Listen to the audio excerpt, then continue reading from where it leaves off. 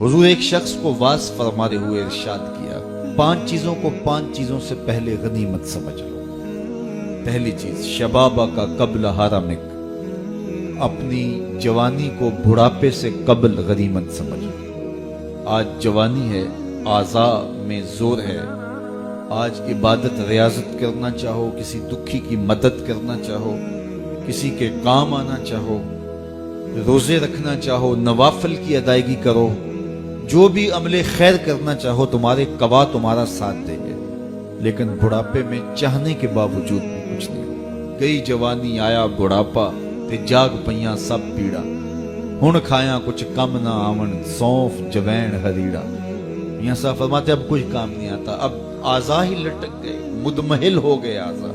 तो आज मौका है, जवानी के लम्हात हैं, इन जवानी को राह खुदा पर डालें। और जवानी में तौबा अल्लाह को बड़ी महबूब है। एक रिवायत में आता है, जब जवान तौबा करता है, खुशी से अल्लाह का अर्श झूम उठता है, अर्श इलाही झूम उठता है जवान की तौबा से। फरमाया मैं अल्लाह का हबीब हूँ, और फिर फरमाया जो जवान जवानी में तौबा करे वो भी अल्लाह का हबीब है। कितनी बड़ी बात है। तो जवानी याद इलाही में गुजरे, जिक्र इलाही में गुजरे, तो फरमाया जवानी को बुढ़ापे से कबल गनीमत समझ लो। फिर फरमाया सेहता का कबला सुकमिक, अपनी सेहत को बीमारी से कबल गनीमत समझ लो। सेहत के लम्हात मुयस्सर हैं, बीमारी आते देर नहीं लगती। तो सेहत को गनीमत समझते हुए भरपूर फायदा हासिल करो और कोशिश करो, मेहनत करो राह खुदा में आगे बढ़ने की। वगिना का कबला फक्रिक, तीसरी बात इरशाद फरमाई, अपनी गिना के दौर को, मालो दौलत की फरावानी के जमाने को गनीमत समझो, फकर से कबल। कहते हैं गुर्बत आते हुए देर नहीं लगती, ऊपर जाते हुए वक्त लगता है, ऊपर से नीचे आते हुए वक्त नहीं लगता। तो फरमाया कि दौलत तुम्हें मुयस्सर है तो उस दौलत को काम में लाओ। दौलत को संभाल संभाल के ना रखो, यहीं रह जाएगी। एक कफन ऐसा लिबास है जिसको कोई जेब नहीं है, यहां से कुछ किसी ने लेकर नहीं जाना और ना आज तक कोई लेके गया। सिकंदर जुल्करनैन, जिसने पूरी दुनिया पे हुकूमत की, मरते हुए वसीयत की कि मेरे हाथ कफन से बाहर रखे जाएं ताकि लोगों को पता चले खाली हाथ जा रहा हो। सिकंदर गया जब दुनिया से तो दोनों हाथ खाली थे। तो असल वो है जो हम साथ लेके जाएंगे। मेरे हुजूर ने फरमाया, इब्ने आदम कहता है माली माली माली, मेरा माल मेरा माल। फरमाया उसका माल वो है जो उसने खाया या पहना और पुराना कर दिया या उसने आगे भेज दिया।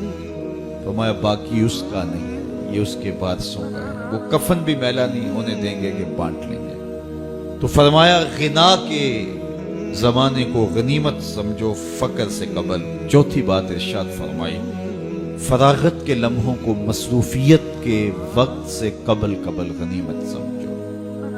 आज फरागत है, बहुत कुछ कर सकते हो, गुजरते लम्हात के साथ साथ कंधों पर जिम्मेदारियों के बोझ बढ़ते चले जाएंगे। फिर करना भी चाहोगे, फुर्सत नहीं मिलेगी। तो फुर्सत की घड़ियों को गनीमत जानो।